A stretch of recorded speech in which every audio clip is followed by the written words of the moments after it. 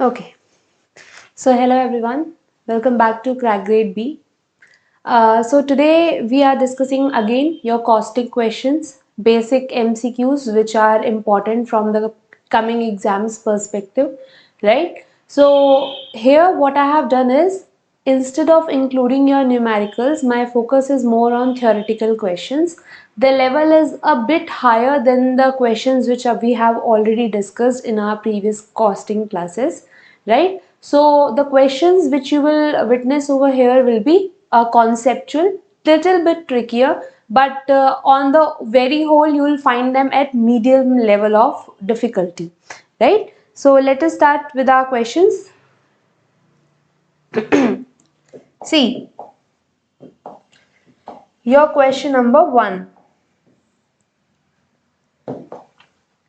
The fixed variable cost classification has a special significance in the preparation of four types of budget is given to you: cash budget, master budget, flexible budget and capital budget.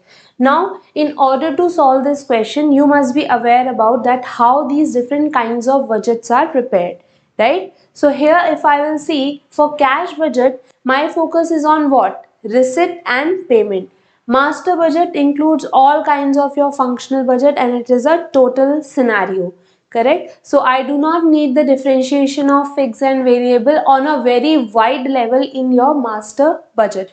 Capital budget involves more of the amount along with the duration, so focus is on that what is the capital machinery or anything which you want to invest in, what is the time duration for it, how long you are going to invest in it, right? So all these things are part of your capital budget. The cost in capital budget, if you focus over here, the cost in the capital budget is what? Primarily of fixed nature. So again, the difference of fixed and variable cost will not be much relevant for all these three. So my correct answer is flexible budget. Flexible budget is that budget under which your differentiation between fixed and variable will be important. Now quickly moving on to the next question. Next question is from the chapters of joint product and byproduct, right? So main purpose of accounting of joint products and byproducts is you will witness more of such questions in your examination, because I have already discussed this yesterday. Pattern is changing. Rather than focusing on numerical questions which almost everyone is able to solve, they give such kind of distracting questions, right, where options are similar and you will have a better chances to get confused. So this is the scenario over here. What they're asking, main purpose is to, now option 1, determine the profit or loss on each product line, okay.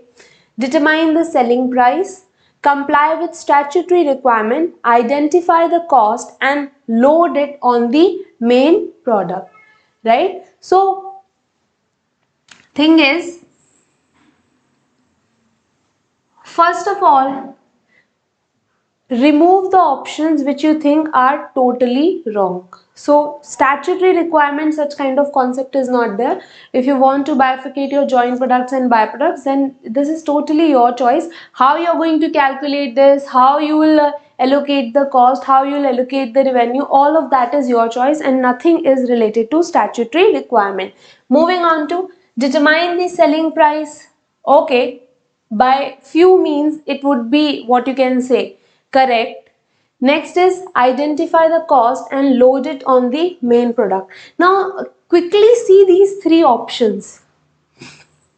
Whatever I am discussing over here, it might so happen, it might not happen that these kind of questions will appear in the exam, but what you will learn from these classes is how to tackle any question. So see, in this question, just see, here they are talking about profit and loss, here they are talking about selling price, and here they are talking about cost. Now tell me, which one of these three is the broadest possible option? There is one option out of these three which includes the other two options. What is that option as per you? Any suggestions by you guys? Anything which you would like to say that, okay, this is the correct answer? for question number 2. So see, I'll tell you, because we have got many questions to discuss and I cannot wait for that longer. Selling price and cost. Selling price less cost. This gives me my profit or loss. Right? So the broadest possible option for me here is my P&L, correct? If the aim is to find profit and loss, then it automatically includes that I will decide my selling price, I will load the cost onto main product so that I can finally find out my profit and loss. So if I'll choose my profit and loss, I'll be choosing these two automatically indirectly. So please value your options like this and then select the correct option. So this was your question number 2. Moving to question number 3. See, this is from job costing. In job costing, which of the following documents is used to record the issue of direct material to a job? Now, what happens in job costing is, this is your stores. Stores is the place where you keep all of your raw materials. Correct? Your company is working on different jobs. Correct? I'll classify these as task. So different task is there, task 1, task 2, task 3. Now you have to allocate material to these tasks separately. So what is the document in which direct material is issued to the jobs? 4 thing is given to you: goods receipt note, purchase order, purchase requisition, material requisition note. Now this is super easy. Goods receipt note you receive when you have ordered something and that product has reached to you, that is goods receipt note. Purchase order, purchase requisition, both is related to purchases. Correct? When you are purchasing any product from outside, correct, from outside the vendor, then you will use this purchase order and purchase requisition. So this automatically means that correct answer for me over here is material requisition note. You request that please issue this material to us in job costing. Moving on to the next question. Question number 4. So maximum possible productive capacity of a plant when no operating time is lost is. Now what we are saying over here, maximum productive capacity when you are losing no time. So first option is given to us, normal capacity. Now we have discussed normal capacity, that whenever we calculate normal capacity, we take into account that machinery is going to be in repair and maintenance any day, right? We also take account the normal breakdown which might occur. The rest days, the leaves and holidays, all those comes and they hamper the capacity of your plant. Suppose if your plant is able to run for 30 days continuously. Now if 4 days are Sundays, right? So automatically your capacity is getting reduced. You cannot work on Sundays because Sunday is a holiday. But if you decide to run on Sundays itself, then your productivity, your capacity will increase. So normal capacity always considers the normal working situations. Hence obviously normal capacity will have some operating time will lost in normal capacity. Practical capacity, one and the same thing, just given in order to confuse you.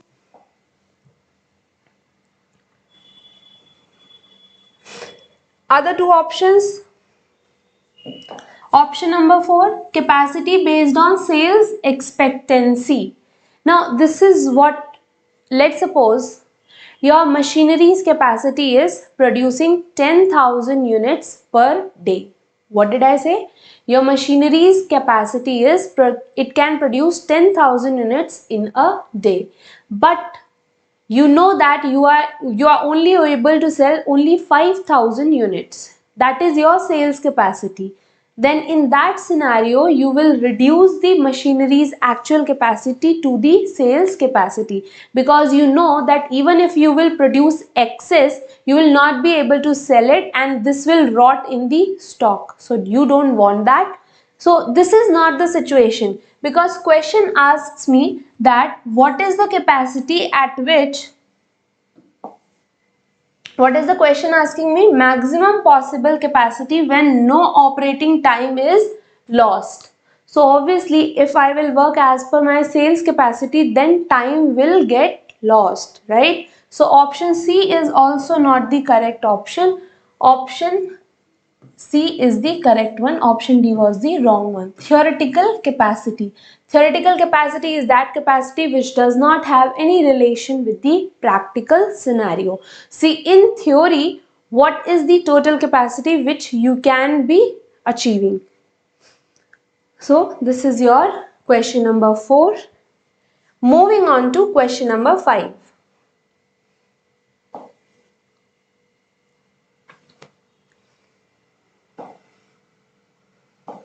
See, for reducing the labor cost per unit, which of the following factors is the most important? You want to reduce your labor cost per unit, correct? What is the factor which is most important? There are 4 factors which are given to you. Now please tell me what will be the correct answer for this.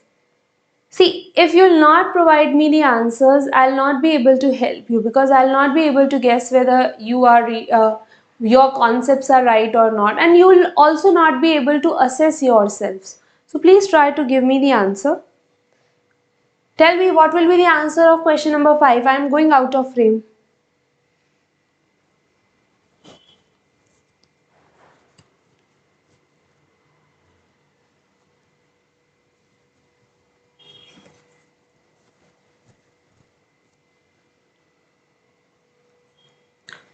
So, question number 5. See, this is a good question. You see, this question, if it will appear in the exam, many people will get confused in it. So, one is low wage rates. Many of you will think that, okay, we'll reduce the wage rates and we'll be able to reduce labor cost, correct? But that's not what your question is asking to you, correct? So, see, what will happen over here? Suppose you are having, let's make it more simple.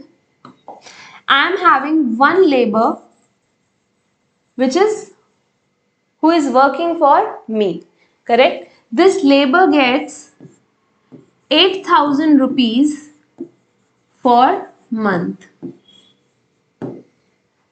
This is the amount which he earns monthly basis, right? So that means his wages are time related. I do not pay him on piece wise, I pay him time related, correct? Now in this scenario, case 1, if he produces, suppose 1000 units in a month. In a month, he is producing 1000 units. And case 2, yeah, you can call it option 2. Option 2, he is producing 2000 units per month. Now, see this very carefully. I am paying, every month I am paying him 8,000 rupees. I have not changed the labor payment in absolute terms, but this is going to reduce in per unit basis. 8,000 divided by 1,000. What I am paying to him is 8 per unit in the case 1. And in case 2, what I am paying to him, 8,000 divided by 2,000, 4 per unit. You see, as soon as his output has increased, he increased from 1,000 to 2,000, his per unit payment has always gone down. So this is what they are asking. They want to reduce labor cost per unit. They do not want to reduce this absolute amount. They are asking me in per unit basis. So here the correct answer will be higher input output ratio. That means if you are producing, let's say, 1000 worth of raw material, then you are able to minimize losses because your labor has become efficient. And when your labor will become efficient, you will give out higher output. And when output will be higher, then only your per unit labor cost will decrease. Correct? So this is your correct option. Now you see, if this question would have appeared in your exam, many of you, I'm not saying all of you, but many of you would gotten this wrong. Longer hours of work, no, it is not a correct option, because if you will tell the labor to work for longer hours, then in that scenario labor will not be efficient. Correct? If someone will ask you ki please sit for 10 hours and study for whole 10 hours, then what you will do? For the first 3-4 hours you will study, and for the rest of 6 hours you will be like lazing around. Correct? So this is happens. This is a normal human nature, and nothing will increase by longer working hours. Strict control and supervision? No. This might help you in the short run, but in the longer run this is not a good option. So the correct option for you over here is higher input output ratio, right?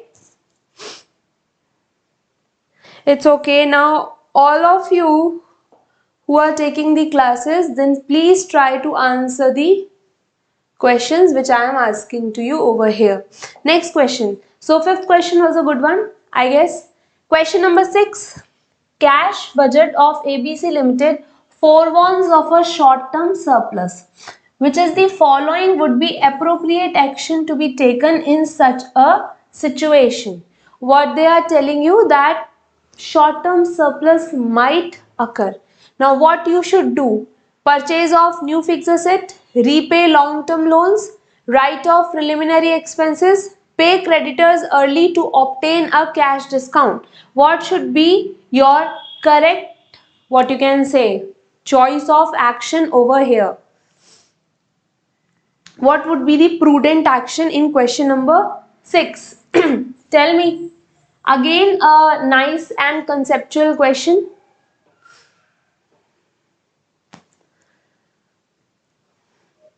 Okay, I'll not judge you. Just give me the answer, whatever you might think of. What about others? If you guys have any answer for this, then please give me.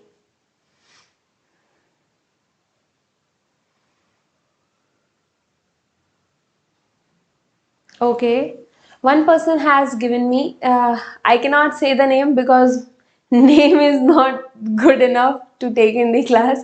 So what is happening over here is, the correct option is this: pay creditors early to obtain a cash discount. Now what the cash widget is saying to you, that you are going to have a short-term surplus that is going to last for a shorter period of time. Purchasing a new fixed asset is a long-term commitment. So match is not there. You are having in your hand surplus for a shorter term, and you cannot commit for a long-term scenario. Again, repay long-term loans, not viable, right? Write off preliminary expenses will not give you any kind of benefit, and apart from that, it is not having the impact on your cash as well. Preliminary expenses are those expenses which are once incurred and then they are there in the asset side of the balance sheet, and every year they are getting write off. Correct? So this write off happens in the P&L account and it does not have any impact on your cash. Okay, Milan. So correct answer is you have given the correct answer. Rishabh has also given me the correct answer, right? So this is the scene over here. If you are having short-term surplus, then please use your mind that paying creditors would be the most correct way, because creditors is also a short-term liability, right? Okay, moving on to the next question.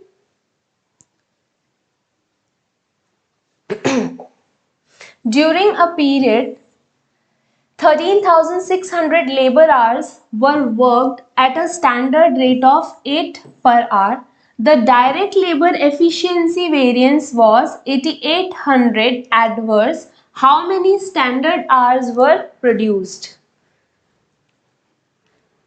Do you know the formula of direct labor efficiency variance? Tell me a yes or no.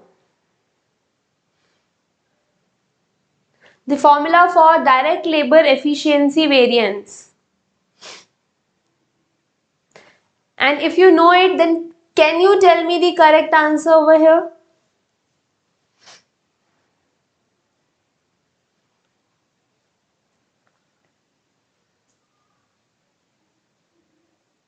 Okay. So, direct labor efficiency. See, what you want to check over here is efficiency. That means the comparison which will happen is between the hours. Correct? So, formula is actual hours multiplied by standard rate minus standard hours multiplied by standard rate. Now this, they have already given me that answer of this variance is 8,800 adverse. 8,800 adverse means I have to put a minus sign. Actual hours 13,600. Standard rate 8 per hour less standard hours, that is what I have to find out, multiplied by standard rate. Now can you please find out? Let's calculate.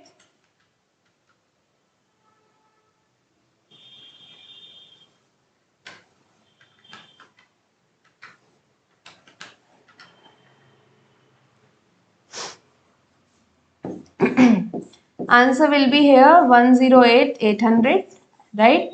Less 8x. This will go here and that will come this side. Tell me what will be the answer?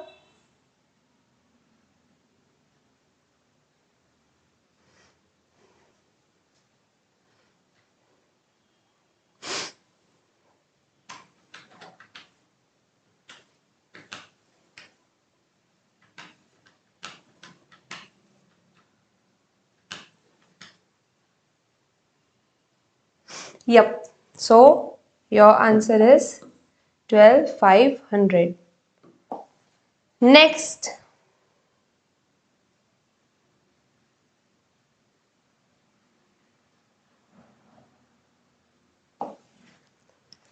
Next is product A generates a contribution to sales ratio of 40%. Fine. Fixed cost directly amount to 60,000. Sales revenue required to achieve a profit of 15,000 is.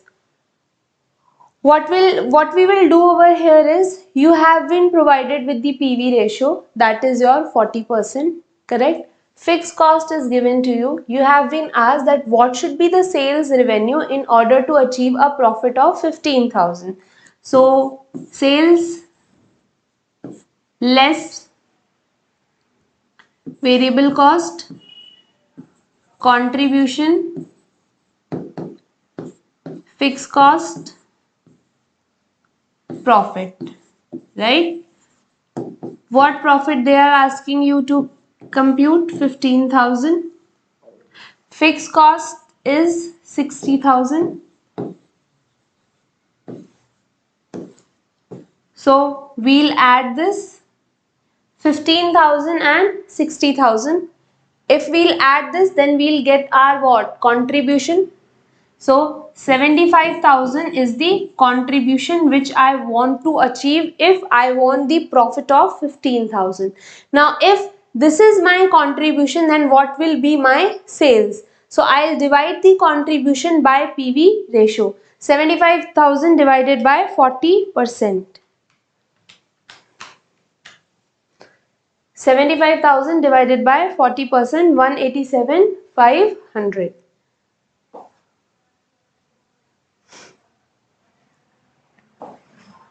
So this is my option C is my correct answer. We have done quite a few questions of marginal costing, hence it is easy one. Tell me this. This question is from process costing, and you guys will tell me the answer for this. It's a super easy question. There's nothing technical about it. If you have known process costing, then you will be able to solve it. Wait for a second. I'll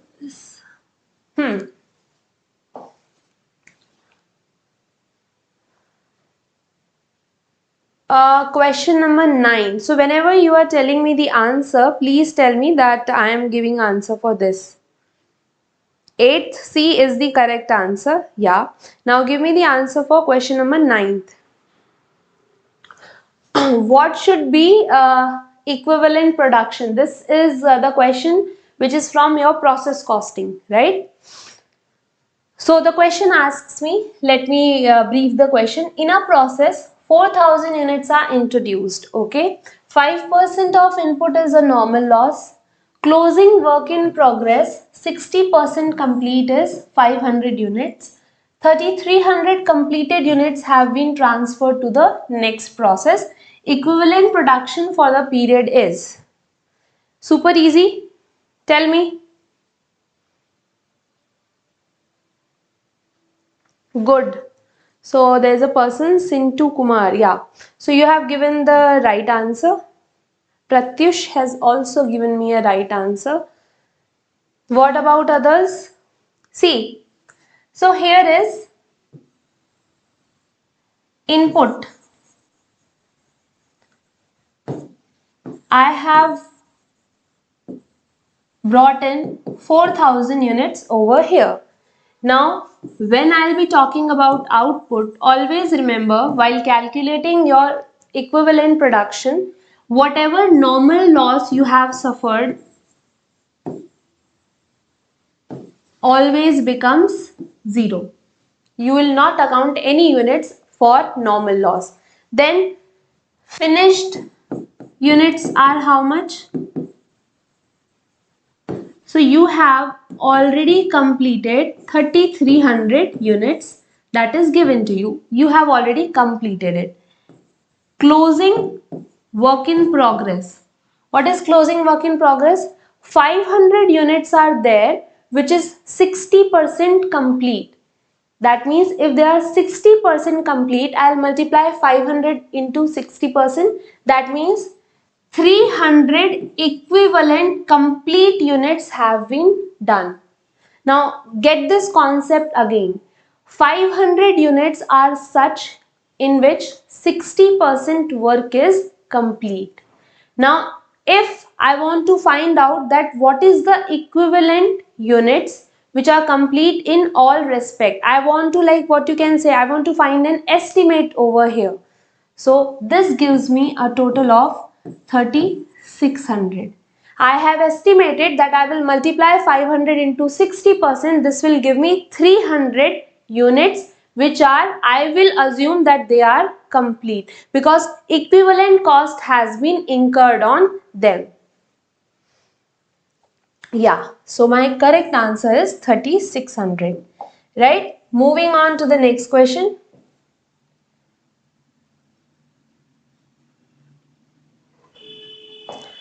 In a job costing, to record the issue of direct material to the job, which of the following document is used? I guess we have already done this, right? We have already done this. So this is super easy. Material requisition is the document. This question has got repeated. Next thing, which of the following items is not included while preparation of cost sheet? Purchase returns, carriage inwards, sales commission, and what is the fourth option do we have? Interest paid. So fourth option is your interest paid. I'll write it over here.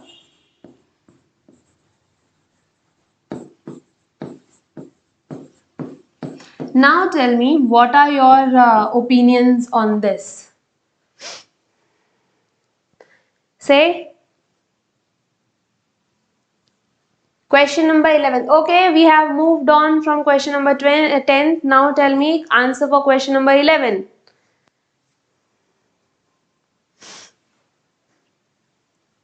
Which of the following items will not be included into your cost sheet?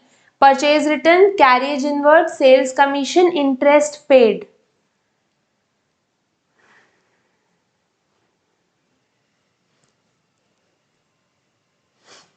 Okay, fine. Other people, if you are watching the video, then please give us the answer. It keeps the class engaging, right?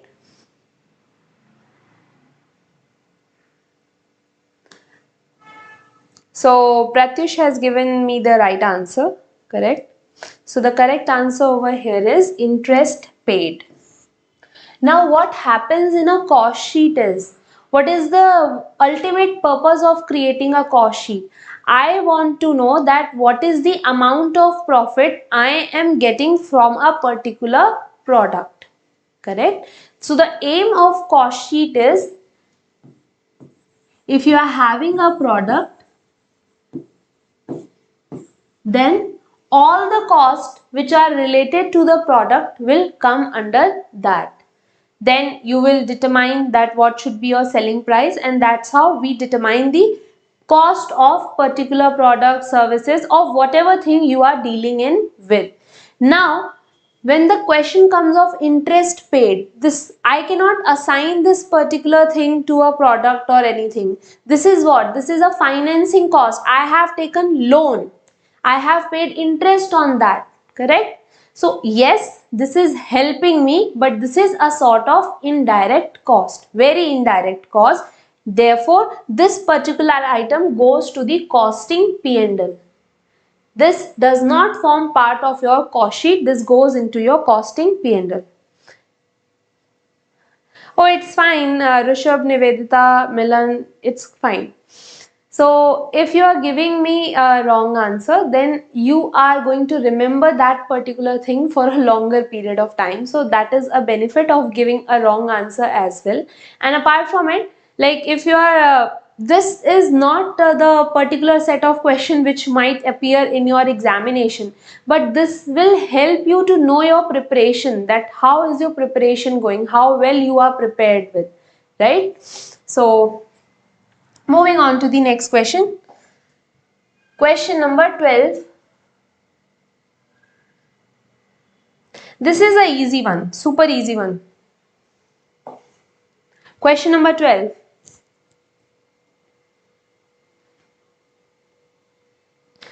Easy one. I'm not even going to wait. I have told you long-term budgets which are prepared for like 5-year period, 10-year period, and a longer period of time, right? And short-term budgets are like within a year. So that is your short-term budget time period, within a year or so.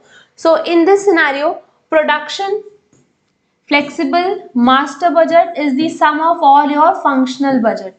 Don't you think that you are going to need all of this for within a period?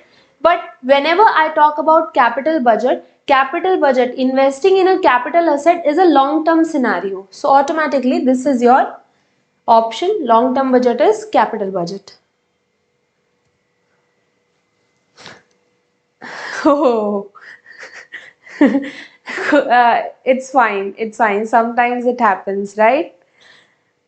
So long-term budget is capital budget. Master budget is sum of all your functional budgets, like you prepare sales, purchase and everything up. So it is the sum of all budgets, and this is a short-term scenario. But long-term means what? When you are going to put your money for a longer period of time, and you know that whenever we purchase a machinery in any factory, then do we purchase it like for 1 year? No. We purchase it for 5 year period, 10 year period, 15 year period. So that is a what you can say longer commitment. Hence these are called as long term budgets. Every company, whenever, if some of you might have worked in corporate, so you would have witnessed that there is a capex budget, capex expenditure budget, which is like taken in very seriously, and there are serious negotiations which happens on them, because it involves a huge amount of expenditure, and apart from it for a longer period of time.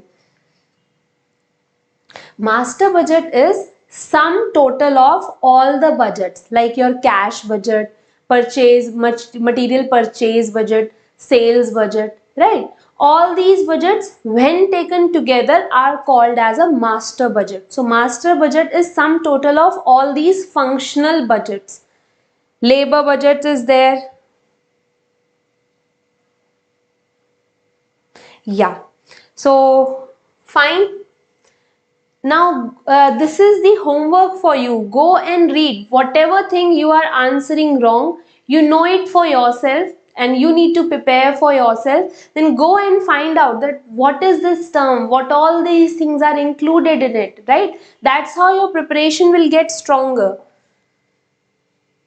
Next thing, see. The sales and profit of the firm are, I have taken this question in one of my lectures. So, sales and profit is given 150 and 20,000. For 2016, 150 is the sales and 20,000 is the profit.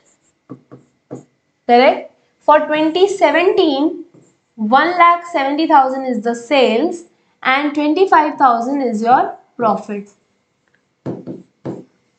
You have been asked to calculate PV ratio. Now I am going to quickly calculate this. You also please calculate and tell me the answer for this. Yeah, just tell me what will be the answer for this. Very easy. I have done calculating it.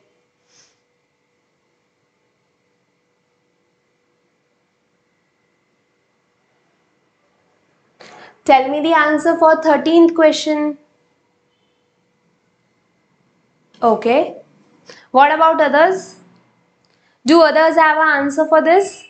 I have taken this particular thing in one of my classes.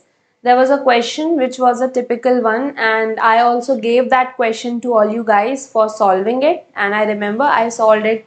I gave the solution the other day.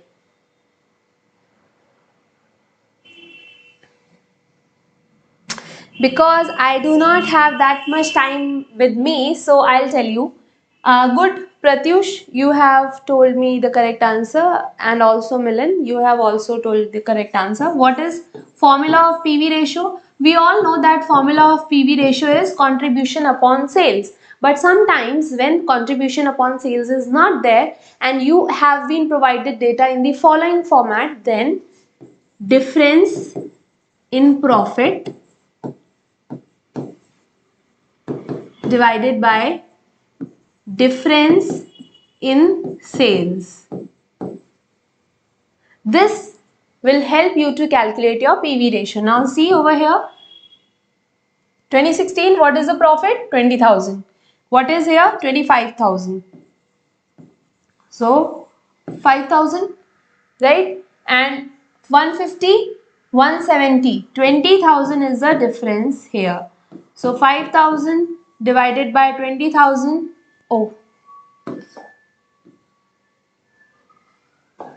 25% will be your PV ratio.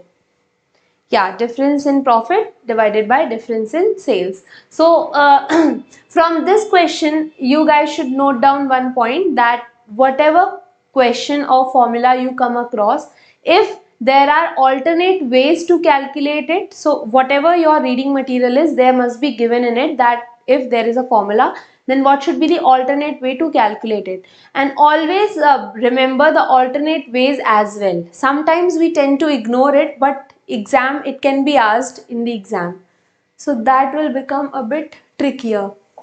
Question number 14. The most suitable cost system where the products differ in type of material and work performed. Now, if there are products in which material and work performed is different, suppose there are 4 type of products in which material is different, work performed is different, then which type of costing would be suitable as per you? Now we are moving on to question number 14. Tell me the answer for question number 14. Which type of costing would be suitable over here? Process, batch, job, operating costing. Remember, materials are different, work performed are different. It means each product is having a different identity of their own.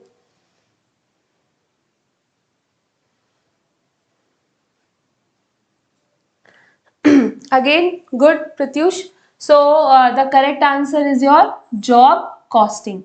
See, operating costing is used in services industries, right? Like your transport business.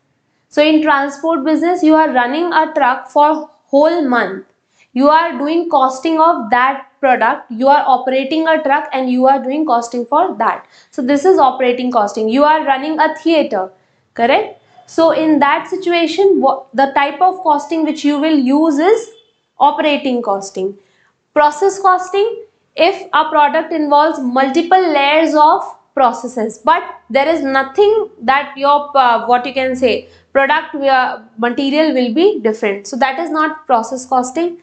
Batch costing is suitable like industries, your pharma, correct, where each lot should be separately identified. Material is same, process is same, work performed is same, but you should have different lots because of statutory requirements are there, some quality testing which needs to be done and all those things. So all your what you can say cosmetic products, pharma products, all these involve your batch costing, correct? Your eatables like your biscuits and all those things, if you will turn out the wrapper, you will always see that a batch code is always written, even in your cold drinks and all those things as well, right? So statutory requirement is there, hence they need to follow your batch costing. But here in this scenario, this involves job costing. Job means there are different kinds of jobs on which different material and different skill will be needed, and the product which will occur out of this will also be different.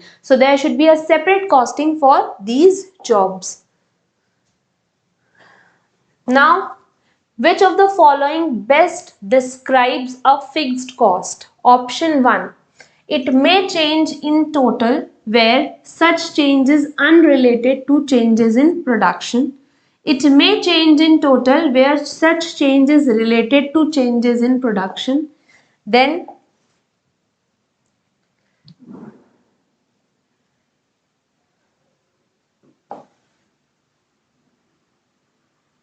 next they are telling me it is constant per unit change in production. It may change in total where such change depends on production within the relevant range. Now tell me which should be the correct answer over here. 15th, what should be the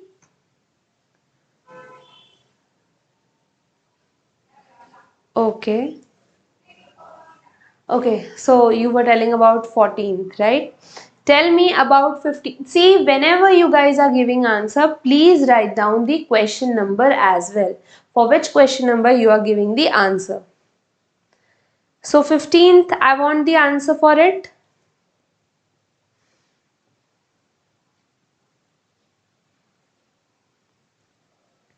Come on, this is a easy one. I suppose we just discussed it yesterday in a different format, but the question was like this only, and I have also taken an example in order to explain you this thing, that how fixed cost varies when it is in absolute amount or per unit amount. Okay, what about others?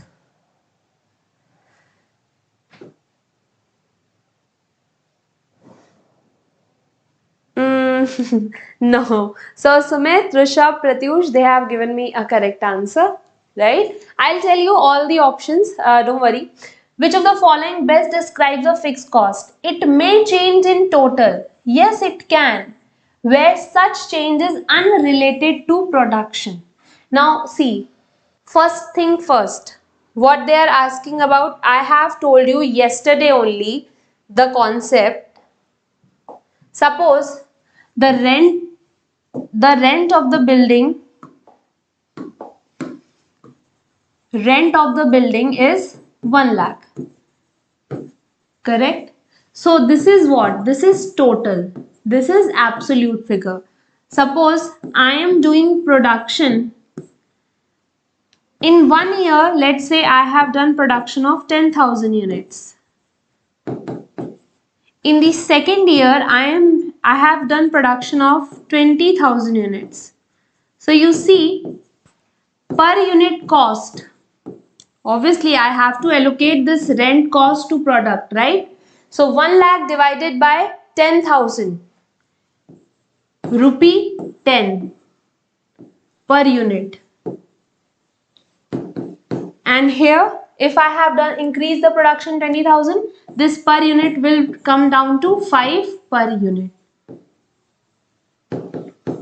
Now, two lessons which you need to take from here. First thing, with the change in production, cost is unchanged. That means the fixed cost is not related to the production. Okay, that is settled. If your production is increased, it will decrease in per unit terms. Now, I hope you are also clear with it, that how it has decreased, right? Apart from it, now think, can this 1 lakh rent increase? Yes. Suppose in 1 year, this is 1 lakh. Now, in the second year, landlord may say that we have increased the rent to 1,20,000. Now tell me, do this increased rent has any relation with the production? No. Landlord is not concerned with the production you are doing. He is concerned with money. He has increased the fixed cost just like that. It is not having any relation with your production volume. So the option A is the correct option. I'll talk about other options as well. See. What they are saying, it may change in total. Yes, it can become from 1 lakh to 120, but that change will be unrelated to the change in production, obviously. So fixed cost is not related to the production. It is not hampered by change in production. It may change in total where change is related to change in production. No. Fixed cost is not impacted by the production. Next, it is constant per unit with change in production. Just now I have discussed that if you increase the production, your per unit cost of fixed cost will decrease. I have shown you by the example, so this is also wrong. And it may change in total where such change depends on production within the relevant range. Again, they are saying change in cost will depend on production. So that is a wrong scenario. Hence, I have taken option A. Now, I hope this is clear to everyone. Now, last question I'll take for today is this. The budget that is prepared first of all is. Which budget is prepared first of all? Master budget, budget with key factor, cash budget, capital expenditure budget. Last question, give me the answer for this and then we'll be done for the day.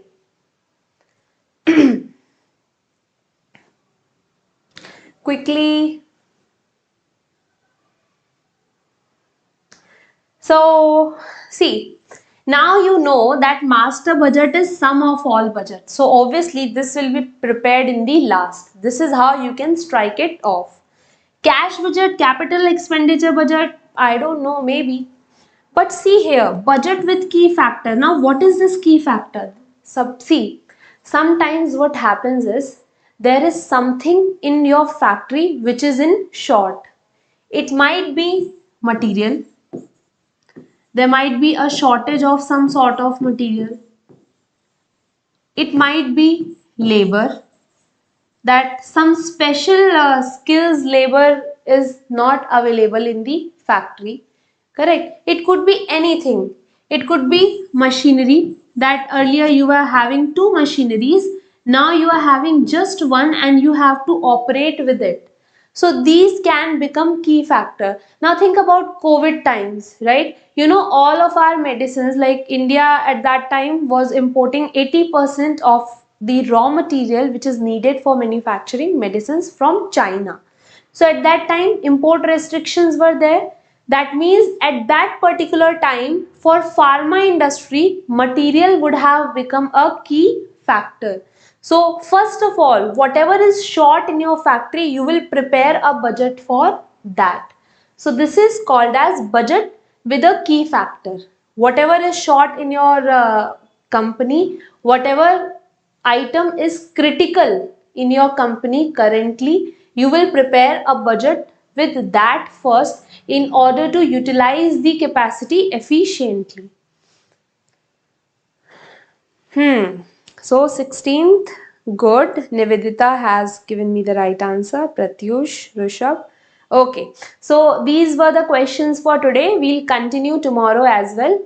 Correct? So now the drill, you know, if you have liked the video, then please do not forget to give us a thumbs up, and any kinds of doubts are welcome, but please post your doubt below the relevant video only. Do not come in the next class and tell that, ma'am, I didn't get that point or that point in the previous class. I want your comments below the relevant video only. Okay.